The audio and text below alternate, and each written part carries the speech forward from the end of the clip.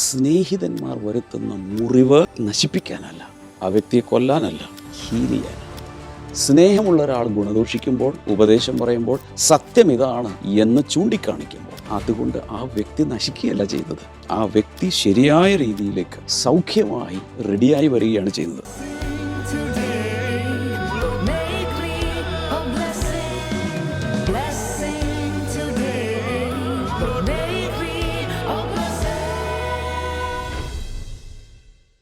Welcome to blessing today morning glory. എല്ലാവരും ഒരിക്കൽ കൂടെ മോർണിംഗ് ഗ്ലോറി എപ്പിസോഡുകളിലേക്ക് സ്വാഗതം ചെയ്യുന്നു.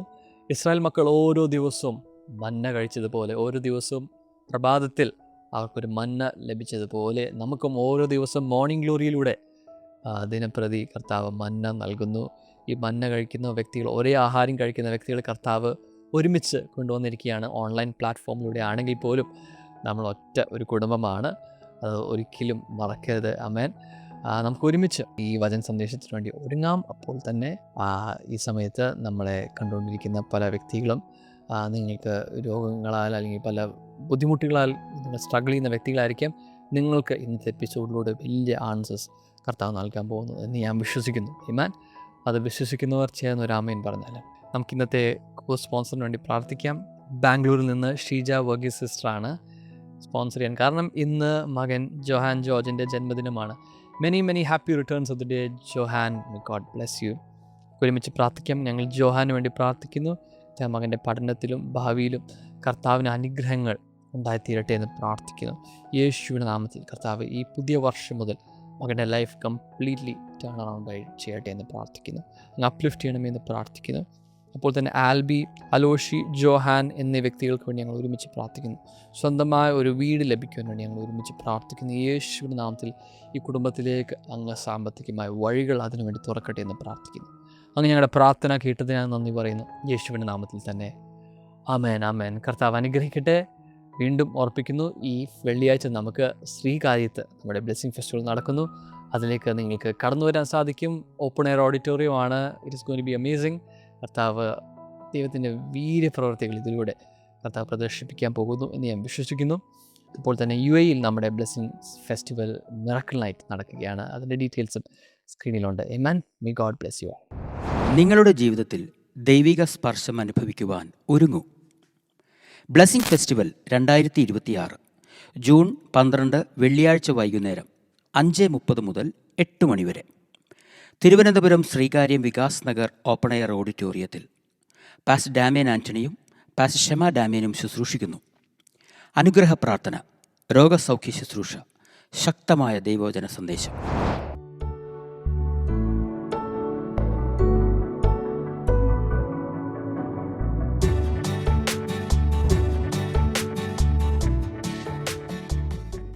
Welcome back. ഇത് ഈ മാസം, ജൂൺ മാസം, സൂപ്പർ നാച്ചുറൽ എസ്റ്റാബ്ലിഷ്മെൻറ്റിൻ്റെ മാസമാണ്. എല്ലാവരെയും അസാധാരണമായ രീതിയിൽ കർത്താവ് ഉറപ്പിച്ചു നിർത്താൻ പോവുക. ഷെയ്ക്കി എന്ന പരിപാടിയൊക്കെ ഇന്ന് ഈ മാസം അവസാനിക്കണം. ഉറച്ചു നിൽക്കണം. ഒരു റെഡ്വുഡ് ട്രീസൊക്കെ നിൽക്കുന്നത് പോലെ, ഓക്കുമരം നിൽക്കുന്നത് പോലെ, സീഡാർ ട്രീസ് നിൽക്കുന്നത് പോലെ ഉറച്ചു നിൽക്കുന്ന വ്യക്തിത്വങ്ങളായി, ഉരുക്ക് മനുഷ്യരായി കർത്താവ് തൻ്റെ മക്കളെ മാറ്റാൻ പോവുക. കാരണം തങ്ങളുടെ ദൈവത്തെ അറിയുന്നവർ ഉറച്ചു നിന്ന് വീര്യം പ്രവർത്തിക്കും. അപ്പോൾ ദൈവത്തെ അറിഞ്ഞാൽ ഉറപ്പുണ്ടാവും. ഓൾറൈറ്റ്, നിങ്ങളുടെ ഡിവോഷണൽ ഡയറി എടുക്കുക. ഇന്നത്തെ ഫോക്കസ് വേർഡ് മെച്യൂരിറ്റി, പക്വത, പരിപക്വത. അതാണ് ഇന്നത്തെ ഫോക്കസ് വേർഡ്. ദയവായി നിങ്ങൾ ലോകത്തിൻ്റെ എവിടെ നിന്നാണ് ഈ മോർണിംഗ് ഗ്ലോറി പോഡ്കാസ്റ്റ് കാണുന്നതെങ്കിൽ ഇപ്പോൾ തന്നെ നിങ്ങൾ ചെയ്യേണ്ടത് കമൻറ്റ് സെക്ഷനിൽ, യൂട്യൂബിലൊക്കെ കാണുന്നു, കമൻറ്റ് സെക്ഷനിൽ ടൈപ്പ് ചെയ്യുക മെച്യൂരിറ്റി, പരിപക്വത, പക്വത ടൈപ്പ് ചെയ്യുക. എന്നിട്ട് ഒരു പക്ഷേ ഇപ്പോൾ ലൈവായിട്ടല്ല നിങ്ങൾ കാണുന്നതിന് ശേഷമുള്ള റീപ്ലേ ആയിരിക്കാം. No problem. ഉടൻ തന്നെ ഇത് ടൈപ്പ് ചെയ്താലുള്ള ഗുണം, അത് നിങ്ങളുടെ അറ്റൻഡൻസായി ഞാൻ കണക്കാക്കും. ഓൾറൈറ്റ്, ഫോക്കസ് വേഴ്സ് നോക്കാം. എഫേസ്യ ലേഖനം 4:14-15, Ephesians chapter 4 verse number 14 and 15.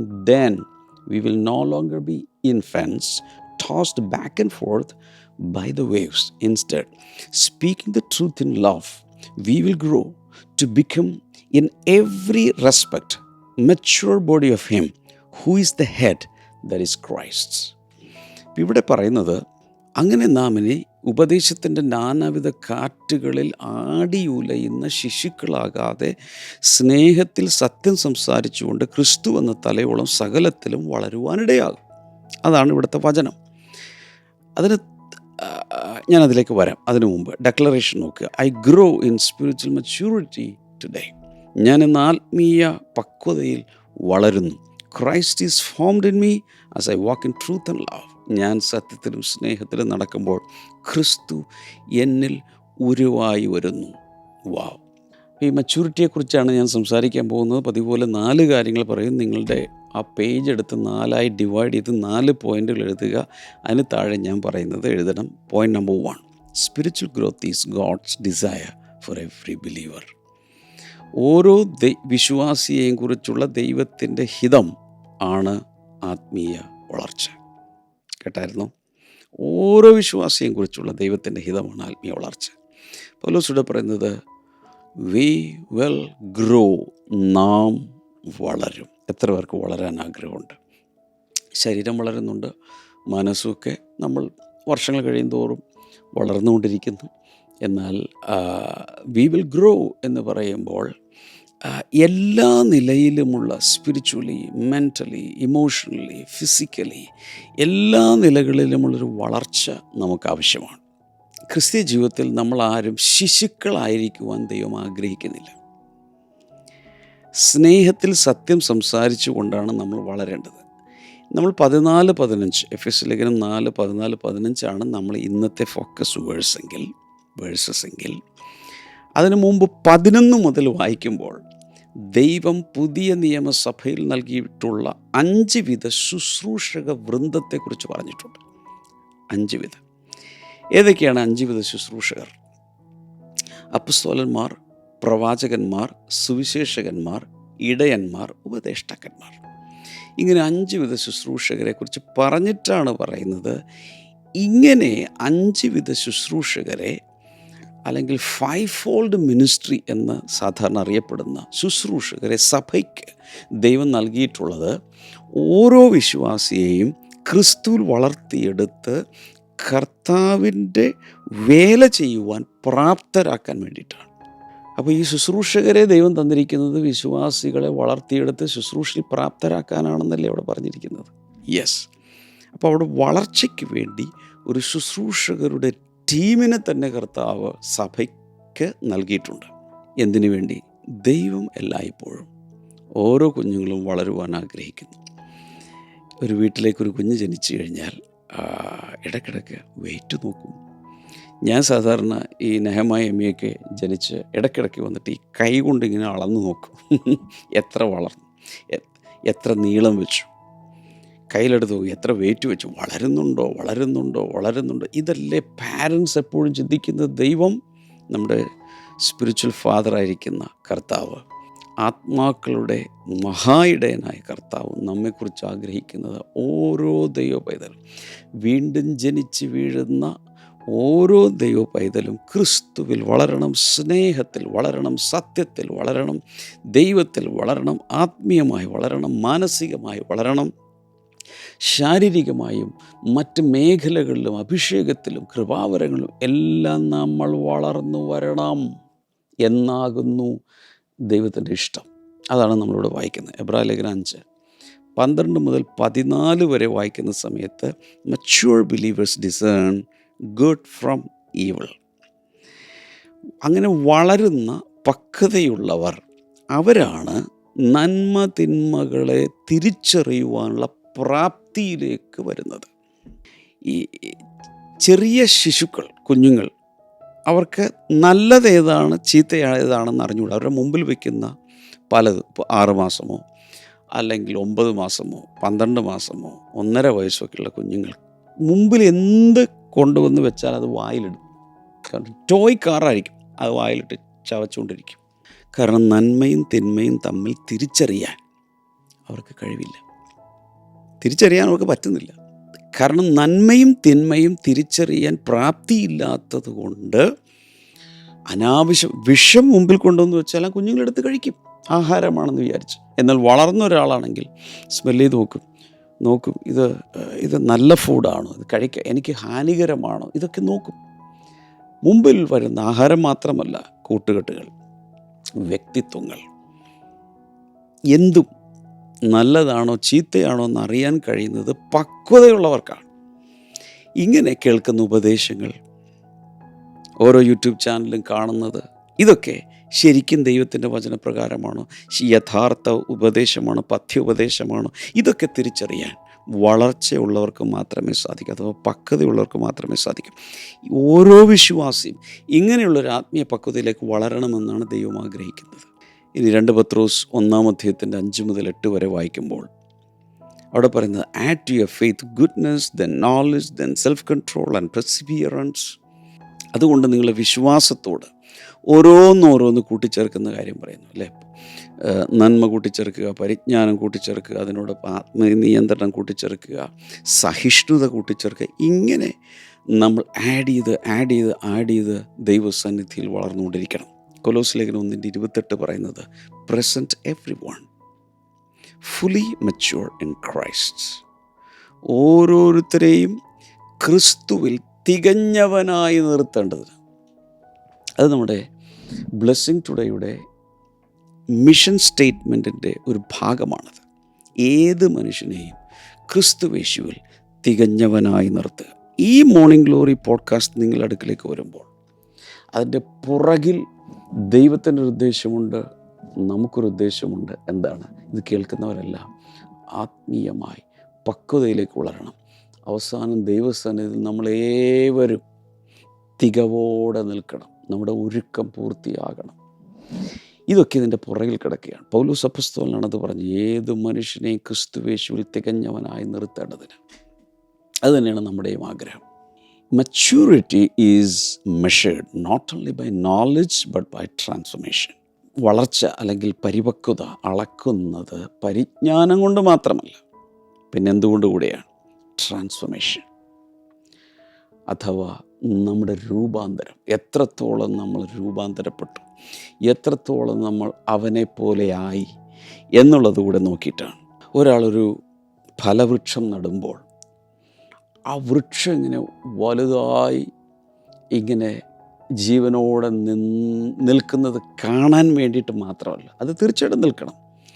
എന്നാൽ അതിനപ്പുറത്തൊരു അൾട്ടിമേറ്റ് ഒരു ഉദ്ദേശമുണ്ട്. പഴവർഗ്ഗങ്ങൾ അതിനകത്തുണ്ടായി അത് ഫലം കായ്ക്കണം. ഓരോ സീസണിലും അതിൻ്റെ ക്രോപ്പ്, അതിൻ്റെ ഹാർവസ്റ്റ് നമുക്ക് കിട്ടണം. ഇതല്ല അതിൻ്റെ ഉദ്ദേശം. ശരിയായി ഹെൽത്തിയായി ഇത് വളരുവാണെങ്കിൽ പ്രത്യേകിച്ചൊന്നും ചെയ്യേണ്ട, അത് ഫലം കായ്ച്ചിരിക്കും. ഹെൽത്തി അല്ലെങ്കിൽ, ആരോഗ്യക്കുറവുണ്ടെങ്കിൽ പ്രശ്നങ്ങളുണ്ടാക്കാൻ സാധ്യതയുണ്ട്. നിങ്ങളുടെ ജീവിതത്തിൽ ദൈവിക സ്പർശം അനുഭവിക്കുവാൻ ഒരുങ്ങൂ.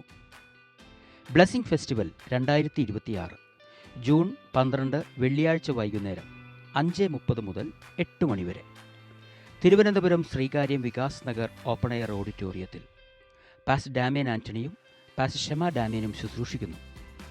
അനുഗ്രഹ പ്രാർത്ഥന, രോഗസൗഖ്യ ശുശ്രൂഷ, ശക്തമായ ദൈവവചന സന്ദേശം. Number 2, maturity produces stability. പക്വതയുള്ളവർക്ക് സ്ഥിരതയുണ്ടാവും. വളരെ പക്വതയില്ലായ്മ ഉള്ളവർക്കാണ് എപ്പോഴും മൂഡ് സ്വിങ്സും, ഇപ്പോൾ ചിന്തിക്കുന്നതല്ല അടുത്ത പ്രാവശ്യം ചിന്തിക്കുന്നവരുടെ ഭാവങ്ങൾ മാറും, അവരുടെ വാക്കുകൾ മാറും, അവരുടെ രീതികൾ മാറും, അവരുടെ ഹാബിറ്റ്സ് മാറും, ഒത്തിരി അൺസ്റ്റഡി ക്യാരക്ടറായിട്ട് മാറും. അപ്പോൾ മെച്യൂരിറ്റി പ്രൊഡ്യൂസസ് സ്റ്റെബിലിറ്റി ടൈപ്പ് ചെയ്ത് വെക്കുക, എഴുതി വെക്കുക.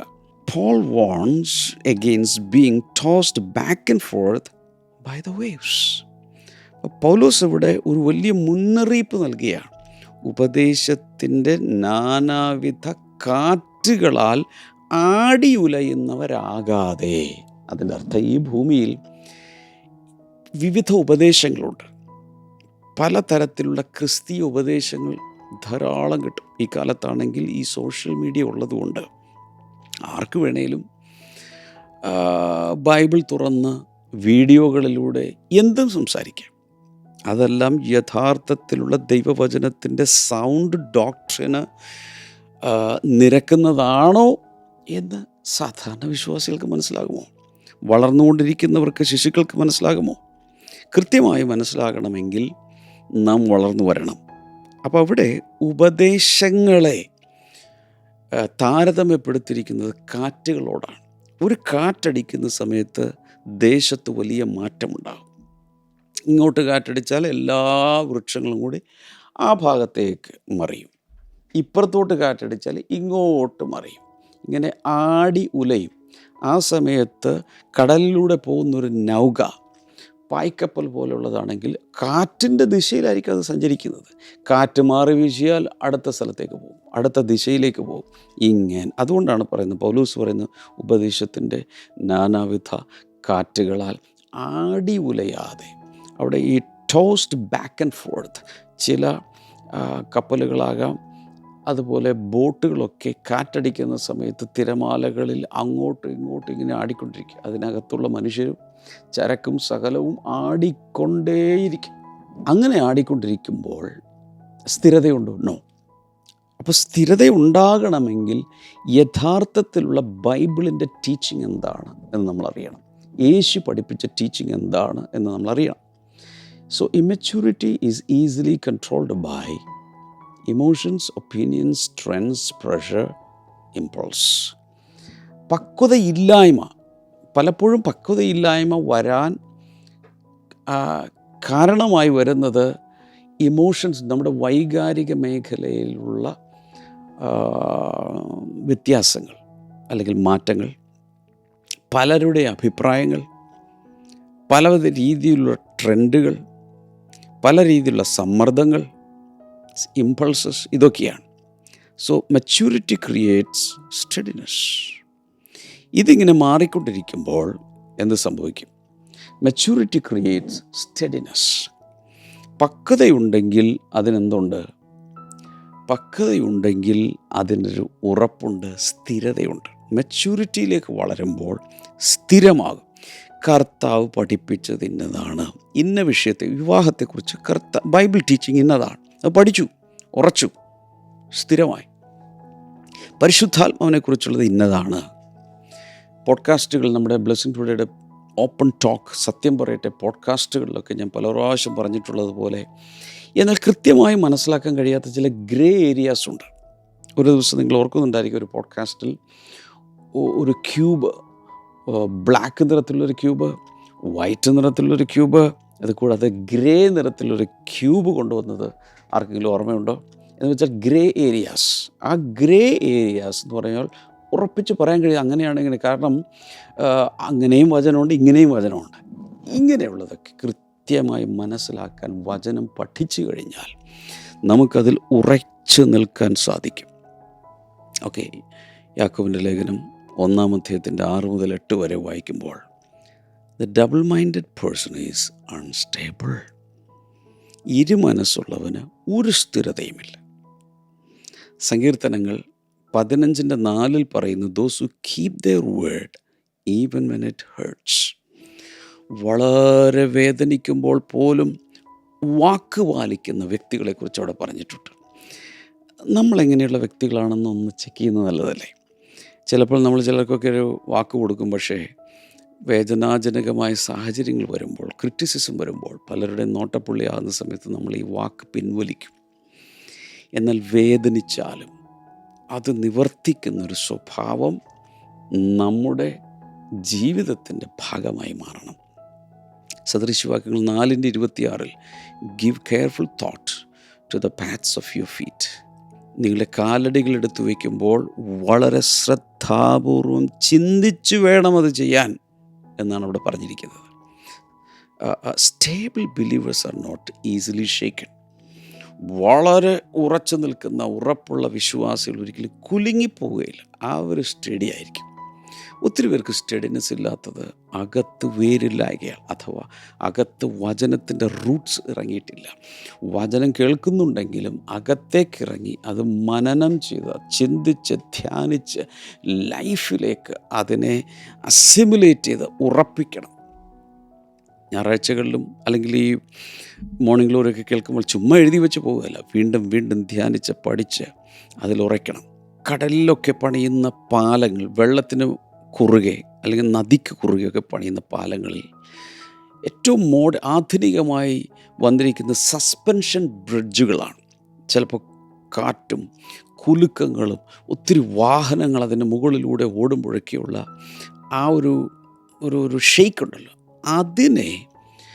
അതിനെ ബാലൻസ് ചെയ്യുന്ന സസ്പെൻഷൻ ബ്രിഡ്ജുകളുണ്ട്. എത്ര ഇതെല്ലാം വന്നാലും അത് കറക്റ്റായി ബാലൻസ് ചെയ്ത് നിൽക്കും. നമ്മുടെ വാഹനങ്ങൾക്കുള്ള ഷോക്ക് അബ്സോർബേഴ്സ് പോലെ സസ്പെൻഷൻ ബ്രിഡ്ജസ്. ഇതുപോലൊരു അനുഭവമാണ് വിശ്വാസികൾക്ക് വേണ്ടത്. പല ജേർക്സ് ഉണ്ടാവും, പല ക്വാക്സ് ഉണ്ടാകും, പലതും കുലുക്കും, നമ്മെ കാറ്റടിക്കും, ഹെവി ലോഡുകൾ പാസ് ചെയ്യും. അപ്പോഴും നിൽക്കണമെങ്കിൽ സസ്പെൻഷൻ ബ്രിഡ്ജ് പോലെ സ്റ്റെബിലൈസ് ചെയ്യുന്ന മെക്കാനിസം ഉള്ളതുപോലെ കർത്താവിൽ നമുക്ക് ഉറച്ചു നിൽക്കുവാൻ കഴിവുള്ളൊരു പക്വതയിലേക്ക് നമ്മൾ വളരണം. ഇപ്പോൾ ഈ പോഡ്കാസ്റ്റ് നിങ്ങൾ കേൾക്കുന്നുണ്ടെങ്കിൽ നിങ്ങൾക്ക് അതിനുള്ള വിളിയുണ്ടെന്നാണ് ഞാൻ മനസ്സിലാക്കുന്നത്. അല്ലെങ്കിൽ നിങ്ങളിത് കേൾക്കുമോ? ചുമ്മാ കർത്താവ് കേൾപ്പിക്കുമോ? നിങ്ങളുടെ ലൈഫിൽ ഒരുപക്ഷെ ഉറപ്പ് കുറവായിരിക്കും, മനസ്സിൻ്റെ ഉള്ളുറപ്പൊക്കെ കുറവുള്ള വ്യക്തികളായിരിക്കും. ചിലർക്ക് കൂടുതലായിരിക്കും, ചിലർക്ക് തീരെ കുറവായിരിക്കും. വളരെ തൊട്ടവാടി സ്വഭാവം കാണാം, ഈസിലി ഹേർട്ടായിരിക്കാം, ചെറിയ വിഷയങ്ങൾക്ക് പോലും മൂഡ് ഓഫ് ആവുന്ന രീതിയായിരിക്കാം. പക്ഷേ ഇന്ന് പരിശുദ്ധാത്മാവ് നിങ്ങളുടെ നേരെ വിരൽ ചൂണ്ടിപ്പറയുകയാണ്.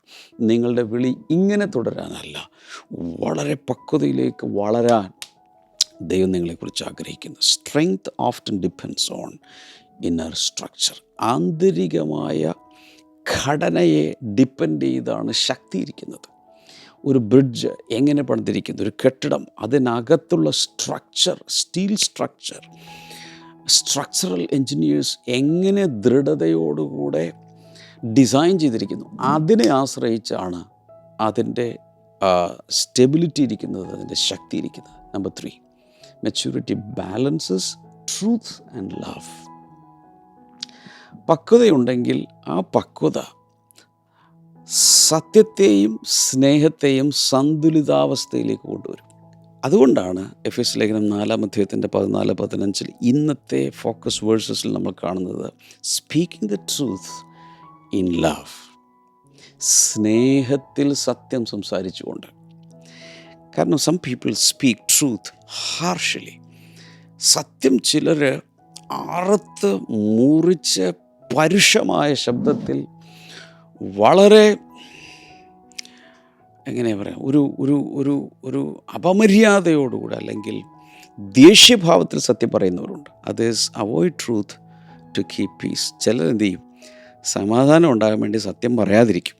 നമ്മളായിട്ട് സത്യം പറഞ്ഞ അവസാനം പ്രശ്നം ഉണ്ടാക്കണ്ട എന്ന് വെച്ച് കാമാവും. അങ്ങനെയുണ്ട്. എന്നാൽ spiritual maturity holds both together. ആത്മീയ പക്വതയുണ്ടെങ്കിൽ രണ്ടും ഒരുമിച്ച് കൊണ്ടുവരും. ഏതെല്ലാം? സത്യവും സ്നേഹവും ഒരുമിച്ച് കൊണ്ടുവരും. സ്നേഹത്തിൽ സത്യം സംസാരിക്കും, അത് ആളുകൾക്ക് മനസ്സിലാവും, ആളുകൾ അത് ഏറ്റെടുക്കും. കൊലോസ്യ ലേഖനം 4:6 let your conversation B full of grace. നിങ്ങളുടെ സംഭാഷണം പൂർണ്ണമായും കൃപയുള്ളതായിരിക്കട്ടെ. സദൃശ്യവാക്യങ്ങൾ 27:6 പറയുന്നു, faithful are the wounds of a friend. സ്നേഹിതൻ വരുത്തുന്ന മുറിവുകൾ വിശ്വസ്തതയുള്ളതത്രേ. സ്നേഹിതന്മാരും ചില സമയത്ത് മുറിവുകൾ ഉണ്ടാക്കും, പക്ഷേ അത് നന്മയ്ക്ക് വേണ്ടിയിട്ടാണ്. അതുകൊണ്ട് അതിൻ്റെ ഔട്ട്കം നല്ലതായിരിക്കും. സ്നേഹിതന്മാർ വരുത്തുന്ന മുറിവുകൾക്ക് പുറകിലുള്ള ചേതോവികാരം ആ വ്യക്തി നന്നാകണം എന്നുള്ളതായിരിക്കും. 1 കൊരിന്ത്യർ 13:2 പറയുന്നത് truth without love becomes empty. സത്യമാണ് പറയുന്നത്, പക്ഷേ സ്നേഹമില്ലെങ്കിൽ, സ്നേഹത്തിലല്ല സത്യം പറയുന്നതെങ്കിൽ അത് വെറും ശൂന്യമായിരിക്കും, കാലിപാത്രം പോലെ ആയിരിക്കും. അതുകൊണ്ടാണ് Christ like maturity reflects both conviction and compassion. ഈ ക്രിസ്തു സമാനമായ, ക്രിസ്തുവിനുള്ളതുപോലെയുള്ള പരിപക്വത ഉണ്ടെങ്കിൽ അത് പ്രതിഫലിപ്പിക്കുന്നത് ശരിയായ ഉത്തമ ബോധ്യങ്ങളുണ്ട്. ഇതൊക്കെയാണ് സത്യം, അറിയാം, പക്ഷെ അതോടൊപ്പം ഒരു മനസ്സലിവ് കൂടെ ചേർത്ത് പിടിച്ച് ആയിരിക്കും അത് ചെയ്യുന്നത്. നിങ്ങൾ ആരെങ്കിലും സർജറിക്ക് വിധേയമായിട്ടുണ്ടോ? ഓപ്പറേഷൻ, സർജറി എത്ര പേര്? ഒന്ന് ടൈപ്പ് ചെയ്തിടാമോ കമൻറ്റ് സെക്ഷനിൽ? എന്ത് സർജറിയാണ് കേട്ടോ. ചിലർക്ക് കഴിഞ്ഞ ഒരു ദിവസം ഒരാൾ പറഞ്ഞു ഇതെൻ്റെ 19ാമത്തെ സർജറിയാണ്. ഞാൻ ഞെട്ടിപ്പോയി. ഒരു മനുഷ്യൻ്റെ ശരീരത്തിൽ 19 സർജറി, അതിൽ കൂടുതലും കാണും, റെക്കോർഡ് ഭേദിച്ചവർ കാണും. ഇനിയൊരു സർജൻ്റെ മുമ്പിൽ ഓപ്പറേഷൻ തിയേറ്ററിൽ നിങ്ങൾ കിടക്കുകയാണെന്നിരിക്കട്ടെ, ആ ടേബിൾ കിടക്കുകയാണ്. ഈ സർജൻ്റെ കയ്യിൽ ചില പ്രത്യേക നൈഫുണ്ട്, മുറിച്ച് അവയവങ്ങൾ, ശരീരമൊക്കെ മുറിച്ച് പിളർക്കാനുള്ള, തുറക്കാനുള്ള. അതൊരു മുറിവാണ്. അത് സാധാരണ ഒരു മുള്ള് കയറുന്നത് പോലെയോ എവിടെയെങ്കിലും കൊണ്ട് മുറിയുന്നത് പോലെയുള്ള മുറിവല്ല. ഡെലിബറേറ്റായിട്ട് മനഃപൂർവ്വമായി ശരീരത്തിലെ ചില ഭാഗങ്ങൾ കീറി മുറിച്ച്, ചില താഴത്തിൽ മുറിച്ച് തുറക്കുകയാണ്. പക്ഷേ ഈ സർജൻ വരുത്തുന്ന ഈ നൈഫ് കൊണ്ടുള്ള ഈ മുറിവ് അയാളെ കൊല്ലാനല്ല, അയാളെ ഹീൽ ചെയ്യാനാണ്, സൗഖ്യം വരുത്താനാണ്. ഇതുപോലെ സ്നേഹിതന്മാർ വരുത്തുന്ന മുറിവ് നശിപ്പിക്കാനല്ല, ആ വ്യക്തിയെ കൊല്ലാനല്ല, പകരം ഹീൽ ചെയ്യാനാണ്. സ്നേഹമുള്ള ഒരാൾ ഗുണദോഷിക്കുമ്പോൾ, ഉപദേശം പറയുമ്പോൾ, സത്യം ഇതാണ് എന്ന് ചൂണ്ടിക്കാണിക്കുമ്പോൾ, അതുകൊണ്ട് ആ വ്യക്തി നശിക്കുകയല്ല ചെയ്യുന്നത്. ആ വ്യക്തി ശരിയായ രീതിയിലേക്ക് സൗഖ്യമായി റെഡിയായി വരികയാണ് ചെയ്യുന്നത്. So truth must be handle with wisdom and love. അതുകൊണ്ട് സത്യം സംസാരിക്കുമ്പോൾ ജ്ഞാനം ഉപയോഗിക്കണം, സ്നേഹം ഉപയോഗിക്കണം. മാതാപിതാക്കന്മാർ കുട്ടികളെ ചില സമയത്ത് വടി കൊണ്ട് തല്ലാറുണ്ട്. സദൃശവാക്യങ്ങളിൽ പറയുന്നത്